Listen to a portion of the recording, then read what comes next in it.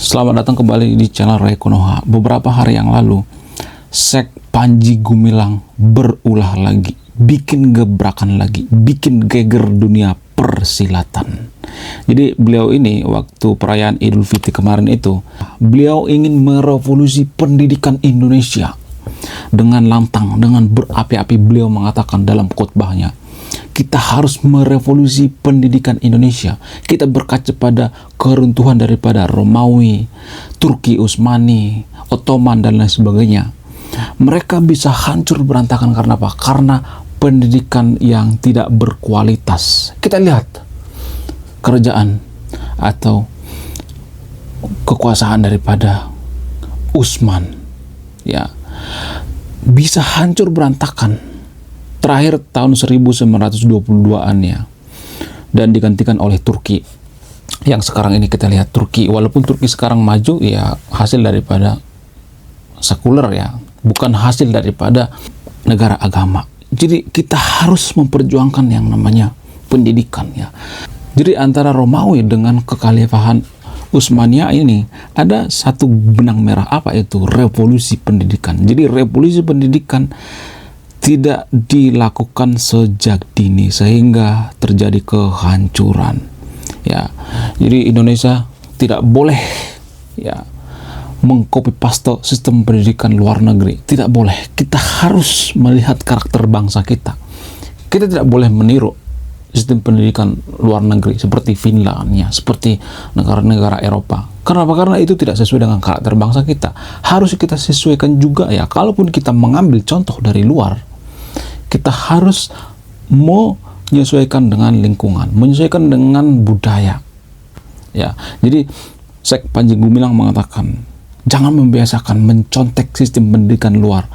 Belum tentu itu bisa diterapkan di Konoha. Kemudian Sek Panji Gumilang juga mengatakan bahwa sistem pendidikan di Indonesia itu harus berbasis, yang pertama, thinker atau pemikiran yang berbau sistem ya. Jadi artinya gini ya, kita harus berpikir kritis ya. Tidak boleh mengiyakan gitu sesuatu hal gitu. Harus dipikirkan ya. Berpikir kritis, apakah ini benar atau tidak. Kemudian selanjutnya misalnya change of agent ya. Jadi agen perubahan. Kalau di Indonesia ya harus ada yang namanya change of agent ya, agen-agen perubahan. Kemudian selanjutnya misalnya harus inovator ya. Ya. Jadi inovator ini dicapai melalui apa? Melalui pemikiran-pemikiran yang rasional ya, free thinker. Pemikiran-pemikiran yang tidak terdogma gitu ya, yang bebas ya. Pemikiran itu harus bebas. Makanya sebenarnya kalau boleh jujur ya, kalau pendidikan kita lebih maju itu boleh belajar agama, tapi harus dibarengi ya, harus selaras dengan pendidikan teknologi ya, pendidikan sains dan lain sebagainya. Saya melihat ya, pesantren daripada Syekh Gumilang ini adalah pesantren yang sangat-sangat bertaraf internasional ya. Walaupun Syekh Gumilang ini banyak dikatain sesat apa segala macam, saya melihat enggak.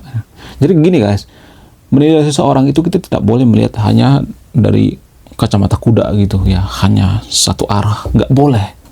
Harus dari berbagai ekspresi gitu. Kita harus melihat dari berbagai sudut pandang. Kalau saya perhatikan ya, Syekh Gumilang ini dalam berpikir ya, ide ya, kreatif sangat luar biasa. Luar biasa. Bahkan ya saya melihat ya, saking luar biasanya Syekh Gumilang ini ya, beliau ini adalah pemimpin atau pencetus pendidikan Indonesia masa depannya. Sehingga kita sering menyalahartikan, apa sih kok pesantren itu bisa belajar non muslim di sana, gurunya juga banyak yang non muslim dan lain sebagainya. Jadi hal-hal seperti ini ya yang perlu kita perhatikan juga. Saya pendapat dengan ide daripada Syekh Gumilang ini ya, tapi di sisi lain saya juga mengkritik beliau. Jadi kita ambil yang baik-baiknya gitu, jangan kita langsung menyesatkan orang gitu, semua yang dikatakan itu sesat. Jangan seperti itu ya. Saya dulu berpikir bahwa, mohon maaf ya, pesantren itu tidak modern ya, pesantren itu terbelakang, pesantren itu hanya belajar agama, pesantren itu ketinggalan zaman, feodal dan lain sebagainya. Setelah saya melihat pesantren daripada Al Zaitun ini, pesantren yang dipimpin oleh Syekh Gumilang ini, saya berubah pikiran. Wow, ternyata pesantren itu nggak seperti itu ya. Ada juga pesantren yang beda. Jadi saya melihat pesantren ini bertaraf internasional ya. Konon katanya banyak anak-anak SMA ya yang mau belajar ke Syekh Panji Gumilang ini. Banyak yang dari luar negeri, dari Malaysia, dari negara lain banyak kok. Ya, non Muslim juga banyak yang belajar di sana. Jadi menurut saya pesantren itu harusnya seperti ini. Jangan hanya terfokus pada hal-hal tertentu gitu ya. Harus pluralis dong ya. Sama seperti sekolah Katolik misalnya, atau sekolah penabur misalnya. Banyak kok di sana Muslim, banyak kok. Ya. Salah satu alumni daripada sekolah Katolik itu Panji Pragiwaksono. Dia sekolahnya di mana? Di Katolik. Ya. Jadi itulah asalnya kenapa Panji Pragiwaksono ini sangat pluralis ya. Dia bisa bergaul ke siapa aja ya, ke orang mana aja dia bisa bergaul ya. Dan saya melihat ya, Panji Pragiwaksono ini tidak fanatik dalam beragama. Jadi sebenarnya kefanatikan kita dalam beragama itu artinya karena kita pergaulannya itu aja gitu, tidak pernah bergaul dengan agama lain ya, tidak pernah bercengkrama dengan agama lain ya, tidak melihat pandangan orang lain gitu, yang beda agama dengan kita, yang beda prinsip dengan kita. Itu yang bikin kita semakin fanatik dalam beragama. Jadi ada saja oknum-oknum atau ya guru-guru di pesantren ya bisa aja yang mengajarkan tentang ya hanya agama kita yang paling benar ya, di Konoha misalnya.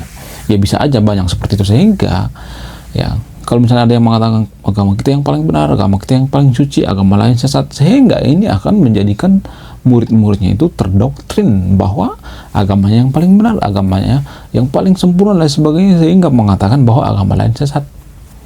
Ya. Dan besarnya dia akan ada sentimen terhadap agama lain ya. Ada sentimen tersendiri. Jadi ini yang perlu kita perhatikan ya, anak-anak muda ya. Jadi jangan menilai seseorang itu ya seperti Syekh Gumilang ini. Jangan menilai hanya dari satu sudut pandang. Harus menilai dari berbagai sudut pandang dong ya. Itu namanya berpikir secara rasional. Jadi pendidikan itu sangat penting ya bagi kemajuan satu bangsa. Sangat-sangat penting. Itu adalah dasar daripada kemajuan satu bangsa. Contoh misalnya, kalau kita berkaca dengan negara-negara lain misalnya seperti Amerika. Salah satu pendidikan terbaik di dunia itu ada di Amerika, yaitu Harvard Oxford University. Coba bayangkan ya.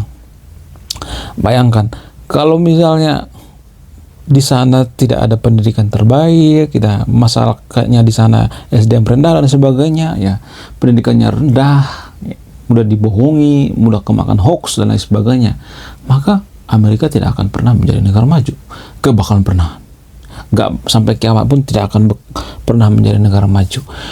Jadi pendidikan adalah dasar utama. Makanya berkali-kali saya mengatakan saya kurang setuju dengan makan siang gratis ya.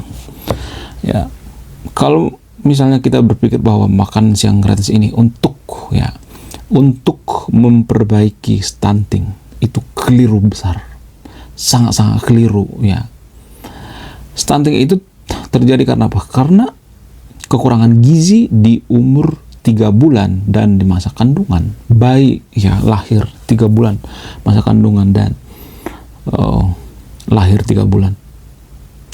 Di situ cara memperbaiki stunting. Kalau misalnya kita makan siang gratis ya, kita tidak bisa memperbaiki stunting lagi. Makan siang gratis itu untuk mengurangi beban daripada orang tua, bukan memperbaiki gizi ya. Sebenarnya kalau jujur kita itu nggak kekurangan gizi sebenarnya. Kita hanya tidak mau makan bergizi, itu doang sih, bukan kekurangan. Ya, makanan yang bergizi itu kan kadang-kadang pahit ya, nggak enak, banyak durinya, seperti ikan misalnya. Contoh misalnya ikan seperti ikan tongkol ya, kemudian ikan seperti ikan lainnya ya, ikan yang bergizi gitu. Kadang kita nggak suka makan ikan ya, pengennya kita makan gorengan gitu, terus makan makanan yang kurang bergizi, mie ayam, bakso, apalah segala macam. Itu sebenarnya yang bikin kita kekurangan gizi. Pemilihan makanan. Karena makanan yang bergizi itu kadang-kadang pahit, nggak enak.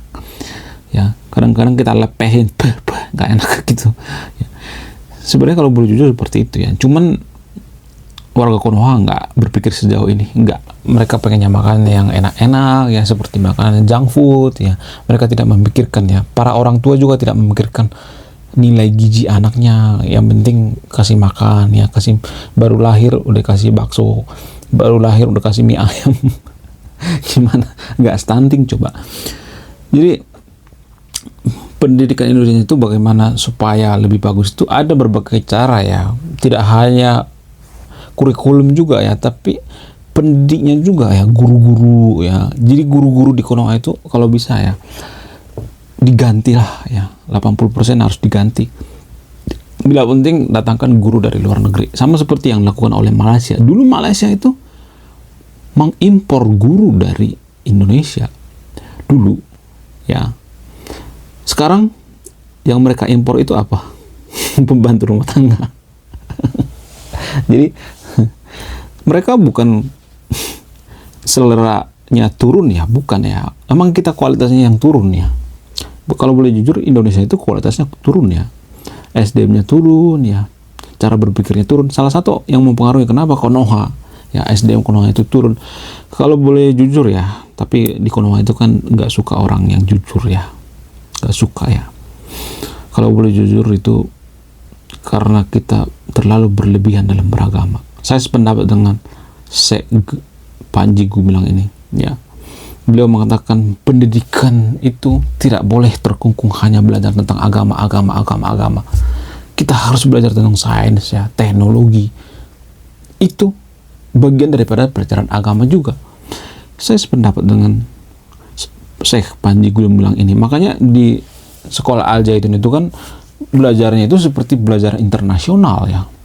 Cuman disalahartikan. Ada banyak kok ya orang-orang atau influencer yang terkenal di Indonesia tapi disalahartikan, seperti Guru Gembul misalnya, Teh Kumaila misalnya ya. Mereka berpandangan beda misalnya, seperti Ade Armando misalnya.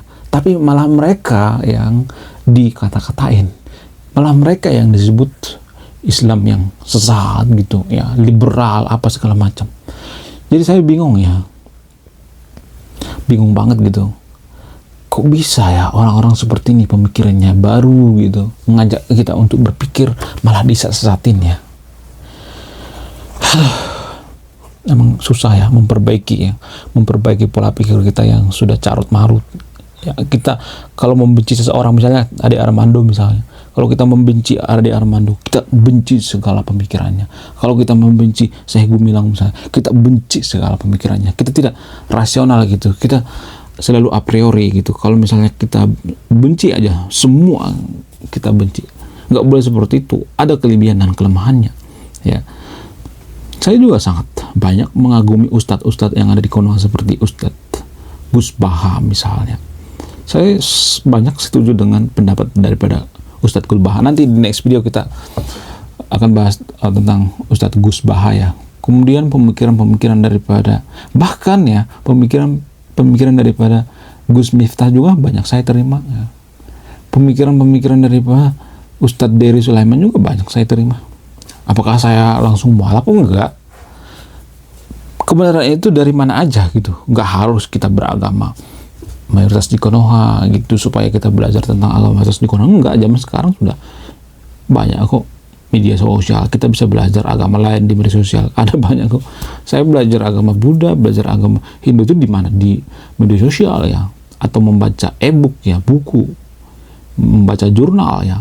Kita tidak harus jadi Buddha gitu, atau tidak harus jadi Hindu, atau tidak harus jadi Kristen ya untuk mempelajari kebaikan-kebaikan daripada agama lainnya. Menurut kalian gimana? Coba tulis di kolom komentar ya. Apakah Syekh Panji Gumilang ini sesat atau menyesatkan? Jadi menurut saya pribadi ya, kalau orang-orang seperti ini, seperti Syekh Gumilang ya, Teh Kumaila, Guru Gembul ya, kemudian Ade Armando dan lain sebagainya disesatkan, itu artinya kita masih jauh dari yang namanya kemajuan. Orang ini kan mengajak kita berpikir. Jadi kalau ada orang yang mengajak berpikir itu kita sesatkan, itu artinya kita masih belum bisa berpikir ya. Jadi kita mustahil jadi negara maju kalau misalnya SDM kita itu rendah, nggak mau berpikir. Makanya di kitab suci juga sebenarnya kan diajak berpikir ya. Kenapa di kitab suci diajak berpikir tapi kita tidak berpikir ya? Kadang saya berpikir gini guys, apa jangan-jangan karena penafsiran yang salah kali ya? Ya penafsiran bisa aja salah, karena penafsiran itu kan bebas ya. 10 pemuka agama kita tanya tentang satu ayat, maka akan ada 10 jawaban penafsirannya. Misalnya ya, berpikir itu tidak boleh keluar daripada akidah misalnya. Tidak boleh melampaui akidah misalnya. Ini kan perlu dipertanyakan juga ya. Kalau misalnya nih, ya ada yang mengatakan keimanan itu sangat ilmiah, akidah itu ilmiah. Ini kan patut dipertanyakan, mana buktinya, mana datanya. Sesuatu yang ilmiah itu kan harus ada bukti empiris, datanya, data yang valid ya, bukti yang logis, berwujud ya, saintifis. Tapi kan nggak bisa dibuktikan secara sains ya. Keimanan itu nggak bisa dibuktikan secara sains, nggak bisa. Jadi hal seperti ini yang perlu kita pikirkan ya. Tapi kalau saya ngomong seperti ini, saya nanti dianggap anak dajjal gitu. Saudara dajjal. Saya itu tidak menyesatkan yang nonton video, enggak, saya tidak menyesatkan ya. Saya mengajak untuk berpikir, ayo berpikir ya. Semua negara maju itu mereka bisa maju karena masyarakatnya berpikir, SDM-nya tinggi, bukan SDM rendah. Sama seperti Romawi. Kenapa Romawi dulu jago gitu, perkasa, salah satu kerajaan yang paling lama ya bertahan. Kemudian Turki Utsmani ya. Turki Utsmani kurang lebih 600 tahun ya, 600 sampai 700 tahun ya. Mereka juga maju karena apa? Karena dipengaruhi oleh apa? Pengaruh eksternal juga ya. Mereka belajar dari filsafat Yunani gitu. Mereka belajar dari China juga. Mereka belajar dari mana-mana, mereka belajar ya. Golden Age itu belajar dari mana-mana ya. Bahkan sekelas Ibnu Sina sekalipun di zaman keemasan Islam itu disesat-sesatkan, dikata-katain kafir, bayangkan. Jadi Ibnu Sina zaman sekarang itu mungkin ya kali seperti Syekh Gumilang ya, kemudian Guru Gembul ya. Jadi mereka selalu disalah-artikan gitu, tidak dimengerti ya. Ya susah emang Konoha ini yang kita mulai dari pendidikan ya. Makanya saya mendirikan channel ini. Tujuan saya apa? Tujuan untuk merubah pola pikir kita, pola pikir yang paling basic, yang paling dasar dulu deh ya. Apa itu pemikiran yang paling dasar? Pemikiran yang paling dasar itu adalah jangan kita berpikir bahwa ilmu akhirat dengan ilmu dunia itu beda-beda. Enggak, samain aja. Kita menemukan sesuatu yang bermanfaat bagi kemaslahatan umat manusia, misalnya handphone, itu adalah pahala kita kepada Tuhan. Itu bagian daripada ilmu agama. Ini yang dijelaskan oleh Syekh Panji Gumilang ini ya. Pesantren Al Zaitun ini tidak memisahkan antara ilmu agama dengan ilmu akhirat, ilmu dunia dengan ilmu akhirat, tidak memisahkan, menggabungkan ya. Sehingga mereka juga menerima murid-murid yang berasal dari non-muslim, sangat luar biasa ya. Tapi di Konoha hal seperti ini disesatkan ya, padahal mereka tidak tahu bahwa pesantren itu produk budaya, bukan produk daripada Tuhan. Bahkan agama sekalipun itu adalah produk budaya menurut antropologi, bukan produk daripada Tuhan ya. Oke, sekian video ini. Terima kasih sudah menyimak kami. Saya Ray Konoha. Salam rasional.